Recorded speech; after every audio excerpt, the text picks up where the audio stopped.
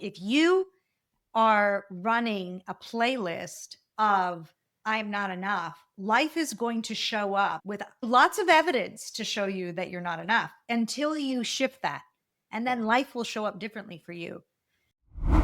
Hi, everyone, and welcome back to Reflect Forward. I'm your host, Kerry Siggins, and I'm so glad you are here today. Today, my guest is Susan Drumm. She is the author of the best selling book, The Leader's Playlist, which focuses on unleashing the power of music and neuroscience to help you transform your leadership and your life. She is also into the Enneagram, which I love. Her company is called Meritage Effective Leadership, and she has worked with amazing clients from Fortune 100 companies all the way to small startups, really embracing change, transformation, and understanding pattern recognition and how toxic patterns can hold us back from being the kinds of leaders that we want to be. We have a fantastic conversation around the Enneagram, around music, around just how to live a fulfilling life. And I know you're absolutely going to love her. So hang tight, and I will be right back. Welcome back. I have my guest today, Susan Drumm, who is the founder of Meritage Leadership Development. And we are going to have such a fun conversation today about pattern recognition and disrupting toxic patterns and behaviors. So, Susan, thank you so much for joining me on the show today. I'm so excited to be here. All right. So I love this idea of pattern disruption. As we talked about before we hopped on here to the recording, I've been doing a lot of thinking about my patterns, my toxic patterns, and how they are impacting my life. And so I would love to hear from you how you became an expert in this. Like, what brought you to this idea of pattern recognition and really understanding how you're ticking and how those patterns are driving so much of your life? Yes, I think what I've discovered over the years, and I've been doing leadership development at my firm for over 20 years now. So I've been doing it a long time. My superpower is pattern recognition and disruption. And if I trace that back through my life and I look at the way I got into law school and I went to Harvard, I was using this superpower. Rather than do one of these Kaplan courses, I did 8 practice tests and I started to notice patterns in what they were asking about and what they were looking for as an answer. And when I started seeing all these patterns, I knew I could anticipate the right answer. And so when I actually took the LSAT, the standardized test, I only missed 2 questions. So I got a 98 percentile. I didn't know it at the time, but when I started realizing that what I'm really listening for leaders is to notice the pattern that they're stuck in and then being able to help them shift off of that and create a new pattern. But that's not so easy. Like that sounds easy, right? If we could just shift our patterns at will, that would be easy peasy. But a lot of the work that I've done is to help people, first of all, become aware of it. That's number one, right? That's sometimes one of the hardest steps. But actually, patterns are grooved neural pathways in our brain, right? They're 8 lane superhighways. How are we going to create a new one if it's much harder to move off of that? Some of the modalities that we'll talk about today that I use for that are music as one, and because of music's impact on the brain, and the Enneagram as another really powerful pattern recognition tool. Bottom line, I believe that effective leadership is generated from pattern recognition and disruption. And it's Yeah. even more important now. I totally agree.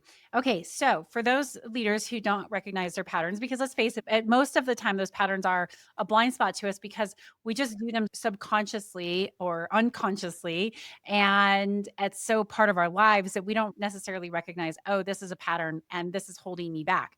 So, how do you walk people through recognizing those patterns, or what are some questions that they can start to ask themselves to identify some of these patterns? Starting to look at the concept that as human beings, we think we can see 360 degrees like a chameleon, but we can't No. actually. We have a central vision and a peripheral vision. And where we point our focus of attention, that's what we see.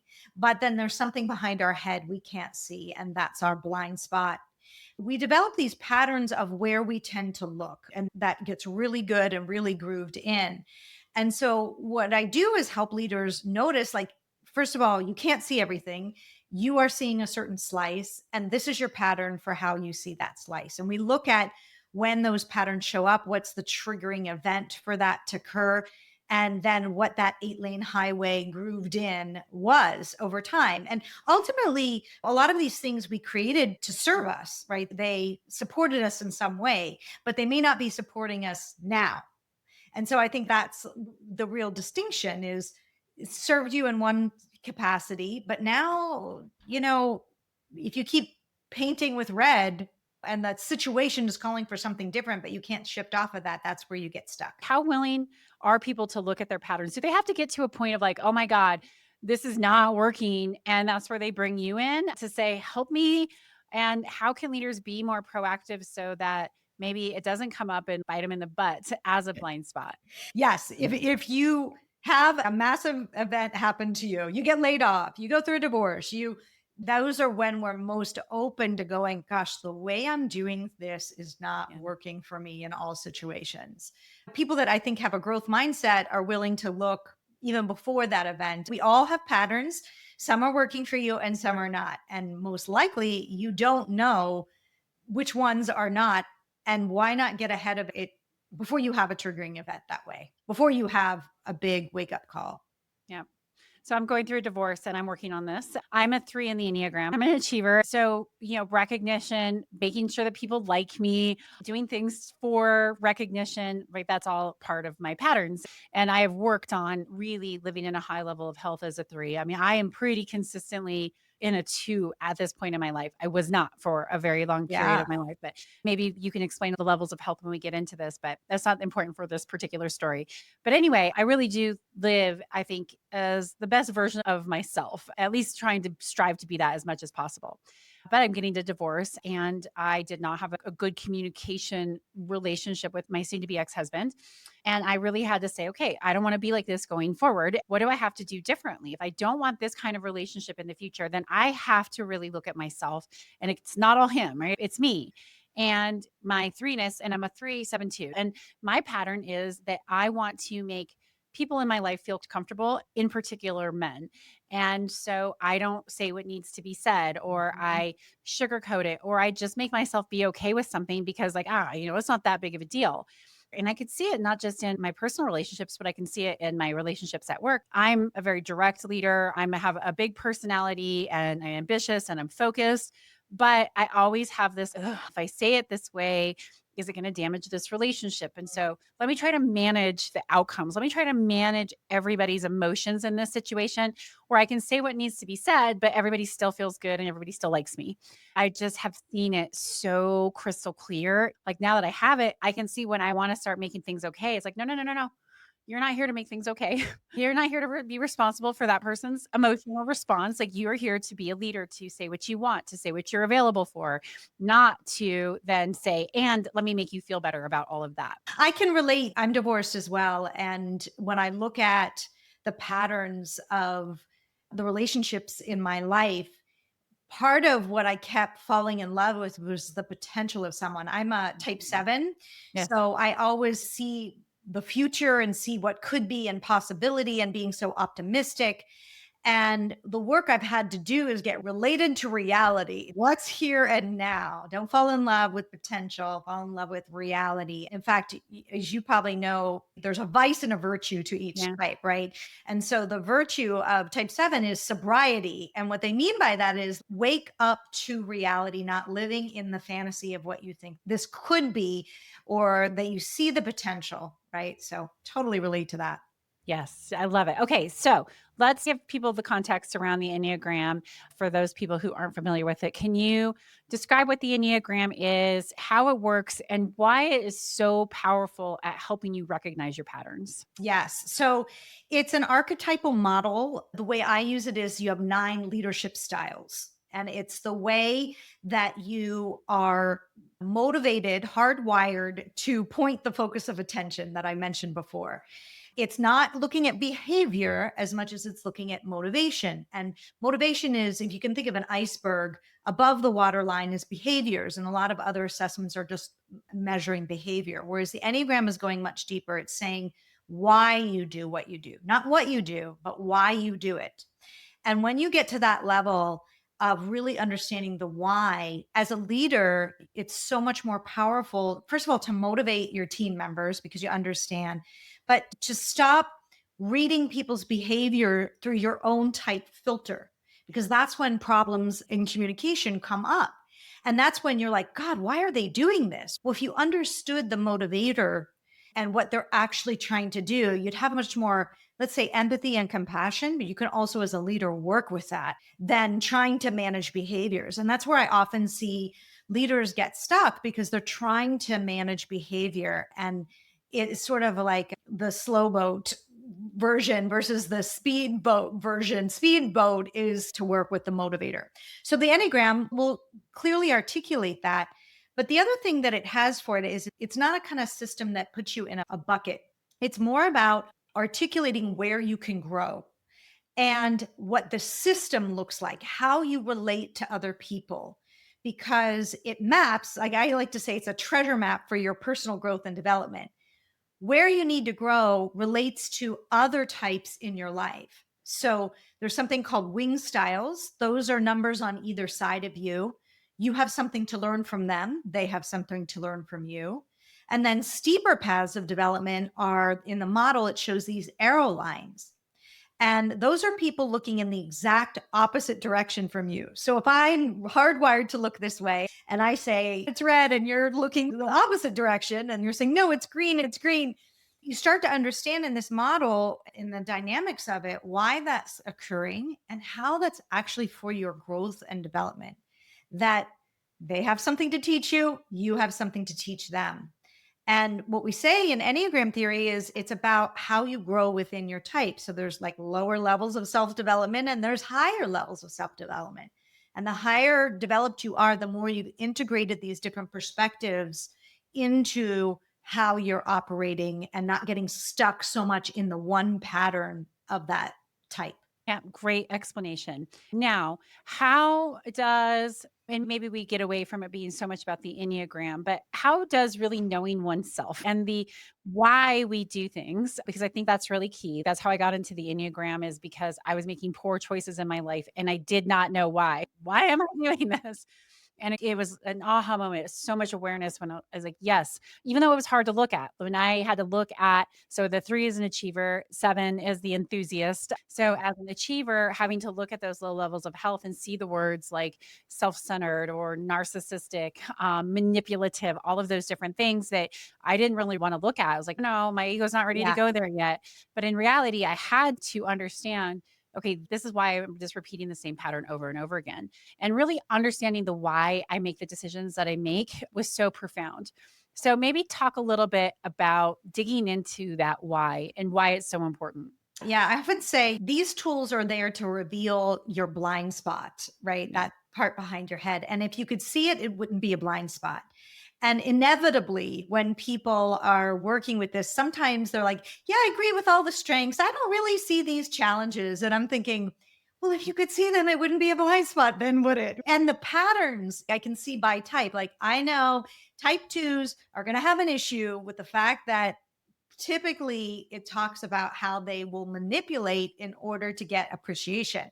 No type 2 likes to hear that. I don't manipulate people. Gosh, like type 2 is called the considerate helper. That's the last way they'd want to be perceived. But what they can't see is how their behavior and Right. needing to be liked actually comes across as manipulative. I'm going to do all these things for you so that you tell me you like me, right? And it's like, well, I didn't ask you to do all those things. I think it's coming to terms with often how we integrate is we get related to reality of our patterns and what some of the dark side are of those. And they have a bright side too, right? And to use them for the good, but recognize we need some growth on the other side. Yeah. And how do you work with leaders who maybe are resistant? Like, oh, it's just another personality assessment. It's going to put me in a box. I don't believe in that stuff. How do you convince those leaders? Maybe you don't. Maybe you work with only people who are open minded to it, that looking through the lens of the Enneagram could be so life changing for them. Most of the time, I say, we've got an assessment. Let's do the assessment. And most people are like, whoa, I've Yeah. never seen anything so accurate. But also, there's some parts that are like, ooh, yeah, I didn't want to even admit that to myself, but I can see it, right? It's a very eye opening piece. But for the parts that they're resistant on, what we do is we've got like a little, and this is part of our Enneagram Applied program where people can do like a mini 360. We give them some questions that they can go out to the people that know them best and say, I don't see this operating. Do you see this operating for me? And set it up in a way that you can hear that feedback. This is important to me. I want you to be as honest as possible. Where am I getting in my own way when it comes to this? Because I can't see it. And the people around you will tell you if you serve it up on a silver platter. But you've got to be hungry for it. You've got to show it's okay. The relationship is still going to be good if you give me this feedback. I really want to learn and grow. Can you share this with me? And then obviously you go to the straight shooters in your life, the ones that are willing to be real with you. I agree.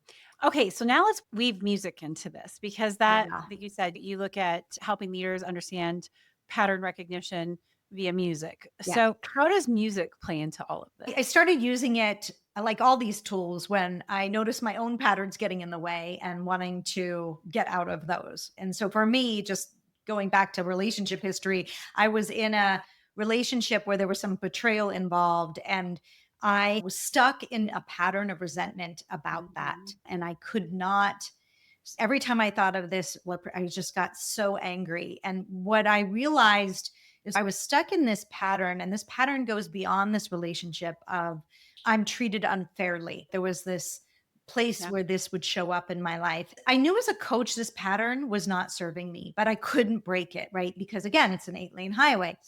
And so I noticed there was like some songs that would immediately push me out of that loop of resentment.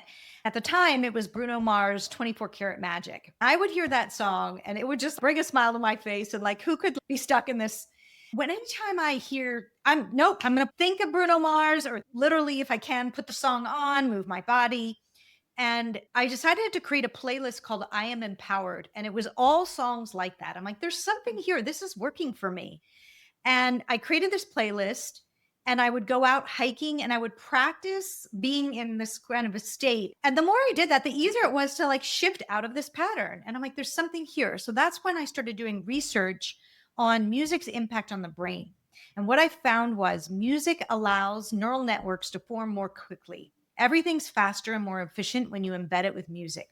So if you're looking to create a new pathway, it's kind of like if you think the analogy of driving your car, as I've already said, like an 8-lane highway. And then if you wanted to create a new road, you literally would pull your car off and you'd have to go through the woods and it would be bumpy and uncomfortable. But the more traffic that road gets, the more it becomes a 2-lane highway and then a 4-lane highway and then eventually an 8-lane super freeway where you can have a more easy choice to get off the highway to hell and onto a new platform.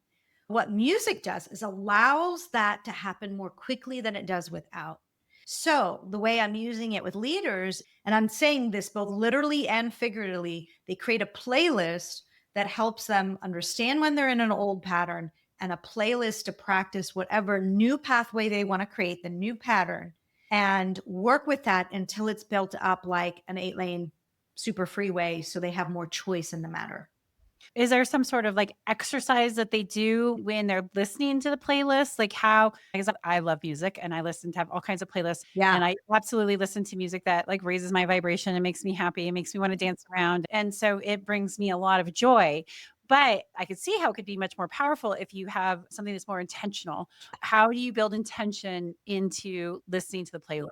Let's do it for you since you brought up your situation. Like if you had an I am what? What's the old 8-lane highway to hell for you? Unworthy. Unworthy. Now, you want to think of what would be a song for you that would best represent that? It's your pattern interrupt song. It's not my favorite song, but the first one that came to mind is something like, Sia's "I'm Unstoppable." Something like that. Yeah. Yeah. I like stuff with, like, a happier harmony, but, like, her words are so empowering about being self-empowered. Yes. Now that's what I would say your new playlist is. Let me give you the example. There Yeah, was a leader who kept feeling excluded by yeah. everything that would happen around her. She had this belief that I'm excluded. And so her pattern interrupt song, what we call her old playlist, she chose the song Adele's Hello, which was kind of like, hello, can you hear me? I keep calling 1,000 times. And she would go, oh my God, there's Adele again. I don't want to be Adele. So you've got an old playlist, you get a pattern interrupt song present there. And it's just there to remind you, like, oh, yeah, there it is. Like it's helping you recognize you're on the 8 lane highway to hell. Gotcha. Then you got to build the new highway, right? Yeah. First of all, we want to get clear on what the pattern is, but then what would be the new belief that you want to have? And again, these I am statements are really powerful. Yeah. So for mine is I am empowered. What would it be for you? I am enough. Yeah. Yeah. Okay. Or I could you even say more than enough, like I am Freaking amazing. amazing. Yeah. I am amazing, right? You want to practice being in that vibrational Yeah. state, right? Yeah. Because here's the thing, music is vibration, and guess what? So are emotions. Yes. They can actually measure the emotional vibration based on the electromagnetic signals emitting from your heart, Yeah. which can be measured 3 feet off your body. So, what is that state? And then what music helps you be in that state? And so Right. you want to create an actual playlist of 10 or more songs that has you be in that state. Play one song to start your day and then practice it going hiking, being out in nature in particular is a good time. But you want to also have that one, I call it the anchor song, that go to song like my 24 Karat Magic that you can anchor yourself to, Yeah. like, yeah, this is who I'm going to show up as Yeah. in this moment. So that when you're in the midst of something where the old pattern could get triggered, you've built enough of the highway where you can remember, I'm going to show up like Bruno Mars and 24 Karat Magic in this moment. Right. But you need to have done the pre work of listening to the music, practicing being in that vibration. And then you also want to look for places, evidence in your life where you are amazing already, and just get that for you. You don't need the external world to tell you that. Yeah. You're acknowledging it for yourself.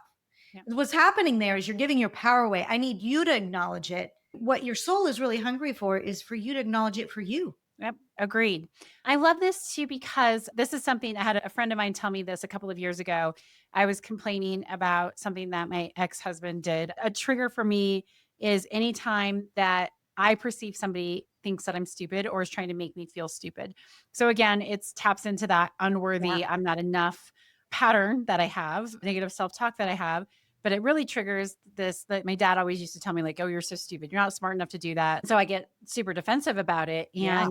And so I was telling her about this conversation that he and I had, and she was like, "That's not him. That is you." Like, that's your trigger. Yes, maybe he's not saying it the right way, but your trigger with getting defensive around anybody who is being condescending or making you feel stupid in your perception, that's you. And you have to own your triggers. And until you own your triggers, you give away your power to other people. And I was so glad that she held that mirror up to my face because, of course, I am such a believer in owning it. I mean, I wrote a book called The Ownership Mindset, right? I just did not see it so clearly of like, that is a trigger for me that came from a childhood experience. And I am putting the responsibility of other people not triggering me onto them instead of going, no, that's my own trigger. And I don't have to take everything that I feel is used in that tone personally. I love this idea of using music as that disruptor because it is a way to start to take ownership of it and change your pattern without having to put it onto somebody else. Expectations that somebody's going to meet your needs by not triggering your trigger as if they know that's your trigger. Yeah. Here's my belief is if you are running a playlist of I'm not enough, life is going to show up with lots of evidence to show you that you're not enough until you shift that. And Yeah. then life will show up differently for you. Yes. It's wild. Where our thoughts go, our energy flows. And Yeah. so if we're thinking I'm not enough or there's not enough in this world, like it just forces you into this pessimistic thinking. I was actually just listening to a podcast this morning. I listened to Diary of a CEO and I can't remember the name of the guest that was on, but anyway, it's like a money guru. And he was saying how if you are unhappy and pessimistic and negative and you make a lot of money, money does not make you happier because fundamentally money just amplifies things, right? But if you make a lot of money and you are a happy person, a joyful person, you look for the good in life, then money is going to make your life better. And I thought that was such a profound way to look at things. Like people are constantly chasing money and success. And thinking that it's going to make them happier. But if you are not a happy person and you are sitting there like rolling around that muck, money isn't going to make you happier. So you're just going to continue to get more of what you want, but maybe even amplified. I just thought that was such a powerful way to look at owning our thoughts and taking responsibility for how we show up in the world, because we are literally manifesting what we're thinking about on a daily basis. I mean, I've worked with billionaire CEOs, right? Yeah. And they're just as unhappy Yeah. because they're like, I thought having all this was going to shift, but it's not. It's about, well, what is driving the unhappiness? Yeah. And underneath that, I think I detail one in the Leader's Playlist, which is the book Yeah. that I wrote on this topic and how to use music. And being able to then recognize that, okay, it's not getting anything outside of me that is going to make the difference. It's shifting my own pattern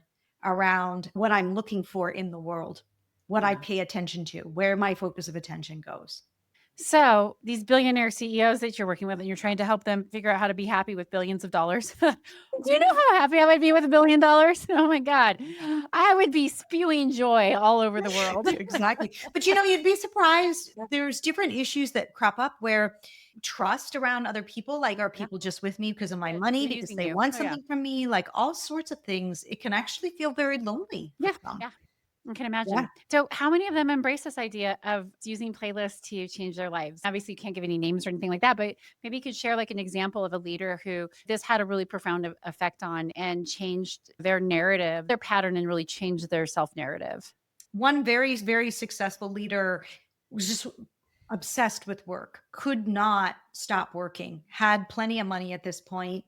Their company went public, had accomplished everything that they wanted, but were still working all the time and really didn't trust their team to take the reins. So a lot of it was around letting go of the identity of I am my work Yep. and reframing the narrative to be my role is to empower others to succeed. Yeah. So this person that could never take time off now took a 6-week vacation. I couldn't believe it. And the company's doing better than Yeah, of course. ever. Like exponentially even more. It's so great to see that. So, how did music play into that? Particularly looking also at the Enneagram. So it was like a combination of the two things. But looking at the old belief, I have to do it all. And my worth is tied to my success was Yeah. some of the old beliefs. Yeah. And then, so getting that again, that song that interrupted the pattern, Yeah. and then creating a new playlist of more, I'm here to empower others. That felt very freeing because we also key in on there's the statement, but also what emotions does it evoke in you? And one of the biggest ones was freedom, right? Mhm. Built himself a little cage. Yeah. It's like this was freedom. And he had the key all the time, didn't realize it, which is true for Yeah. all of us. We have the key to get out of our own prison. So the songs that were selected were stuff that had him feel the sense of freedom and practice being in a state of freedom, like you Yep. are not chained to Yeah. your work. I was on a podcast called like The Second Mountain or something like that. These two beautiful women from Mexico, also YPO members, they interview leaders who are on their second mountain or in that phase of, okay, I created all of this success and I'm not happy and I want to Mhm. figure out how to be happy. When I met with them the first time, I said, I'm just on this continual because to me, it's an evolution. And I try not to get attached to my success or to my title or any of those things. I mean, I have before. And what I realized that my second mountain was in my 20s. I accidentally overdosed in my 20s. And that's like when I decided, okay, I got to figure out why I make the decisions that I'm making because this is stupid. I'm going to die. And so I really dug in with the Enneagram. And I think that's when I started my second mountain. And so at the age of 27, when I overdosed, I had to completely rebuild my life. And I did it based on understanding my patterns, deep self awareness with this goal of becoming a self actualized human being. And I'm so incredibly grateful for that because I think I hit that second mountain so early. Now I have so much gratitude for having a second opportunity at life because I shouldn't have survived. And I'm not going to do anything but live life to my absolute fullest. Obviously, I've gone through different phases in my career where it was about making money and building success. And now it's about freedom. But I just don't have this attachment to, I'm only going to be worthy if I'm a CEO of a company and I'm only going to be worthy if I do XYZ. It's like, no, I think I'm going to try that on. And if it fits and works for me, I'm going to wear it. And if it doesn't, then I'm going to be like, nah, that's not for me anymore. I'm just really grateful that I learned at such a young age about what life is really about and how short and precious it can be, and the value of understanding yourself. Yeah. And these patterns right now, I'm in the process of like really doing a deep dive into this pattern that I have of making everybody in my life feel comfortable. And it's just like this constant fun journey if you're willing to look at it and realize that no, I am not my money. I am not my title. I'm not my success. I am my joy. I am my impact. I am my solitude, my contentment, my peace, my freedom, and let go of all of this stuff that just it doesn't matter. I'm worthy just because I exist. I don't need to do a thing. Now, another podcast I was listening to, or maybe it was an audiobook I was listening to about what makes a fulfilling life. There's three aspects of a fulfilling life per this author. I think he's a Japanese author. I can't remember his name, but there's happiness. So, how do we live a life that feels content? And so, we might play it really safe in that space because we want to be content and happy. And then there's purpose. So, how am I making an impact? And why am I here? And wanting that bigger purpose. And then there's psychological richness, which is about experiences. And the people who lead a psychologically rich life might not be happy because they tend to chase experiences, go after experiences, create experiences that might hurt, that might be painful, but it's about the experience. It's not about being safe and happy or even being purposeful. And I so appreciated that because I definitely live a psychologically rich life. But the true power is when you can blend all of those together, right? When you can say, I can figure out how to be content in the moment and really appreciate my family and sitting still and just enjoying a cup of coffee, looking out my window, not doing anything. And then I do live a purposeful life, even if it's just impacting my family or my community or for me on a much bigger stage. And then I also just live life to the fullest. I know that everybody's has different preferences in that, but to find that richness in yourself of going, I can find a way to be happy and have a purpose and live life to the maximum experience. What could your life be like?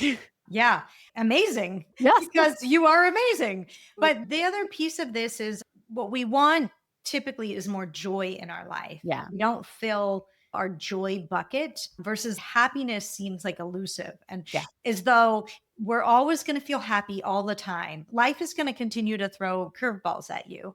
And the thing is, look, we want to experience a range of emotions. So I'm not saying that in itself, anger is bad or grief Yeah. is bad because these are emotions that tell us things. They have important information for us and they have a gift for us. So, like anger, the information in anger is there's been a boundary violated Yeah. or a value's been dishonored. And so the gift is the motivation to reestablish the boundary. We want to feel all our feelings. And I want to make sure, like, it's Yeah. clear that what I'm talking about is when you get trapped in a pattern of anger. You ever been Mhm. around somebody that is trapped in a pattern of anger? Oh, yeah. And so what happens? They find things to be Yeah. angry about, right? That's what I'm talking about. And that's what's in your power. So you're going to find places you want to fill up your joy bucket and recognize sadness will come in. Yeah. Get the information of sadness. Don't stay stuck in a pattern of sadness. That's so beautiful. All right. So I could talk to you about this all day, but we have to start wrapping things up. Just maybe briefly tell us a little bit about your book. So if someone went and bought the Leaders Playlist, what would they get out of it? I talk about patterns that get started in childhood, as Yep. you articulated, and also then music's impact on the brain and why all the studies around how music enhances neuroplasticity. And then I go into 9 short stories of leaders. And I did this so that people could maybe see their own patterns in these about how they were stuck in a pattern and what music they use, their actual playlist to interrupt that pattern and the shifts that they made. I'm hoping people can see themselves in that. Then I share the process after those short stories of what you need to do and how to integrate that into your life. The cool thing about it is if you want to get started, even just thinking about it before going on to the book, you can go to susandrum.com and you'll find a little quiz there that highlights your potential superpower and liability that I mentioned before, that pattern of where you look.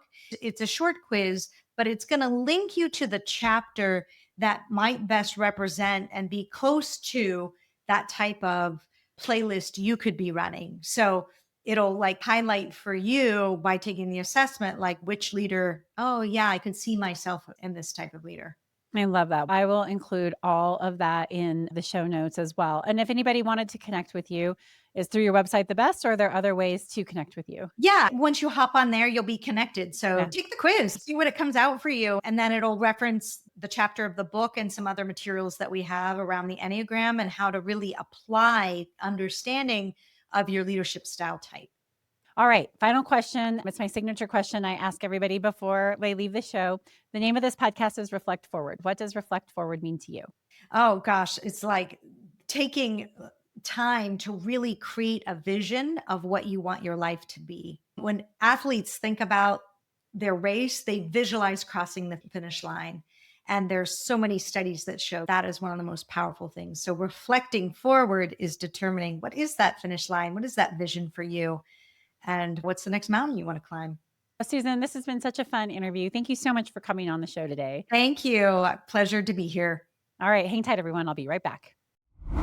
All right, everyone. I hope you enjoyed that interview with Susan. Be sure to check out her book. And I'm going to go home and think about my playlists. And I've got lots of playlists, but I haven't thought about through the lens of disrupting patterns and helping motivate me to be the kind of leader and person I want to evolve into. That might be what I do tonight.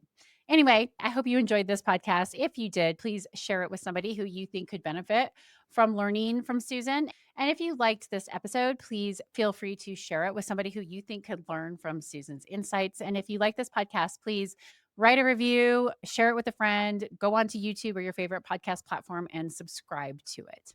Thanks so much. Have a great week, and we'll see you next week.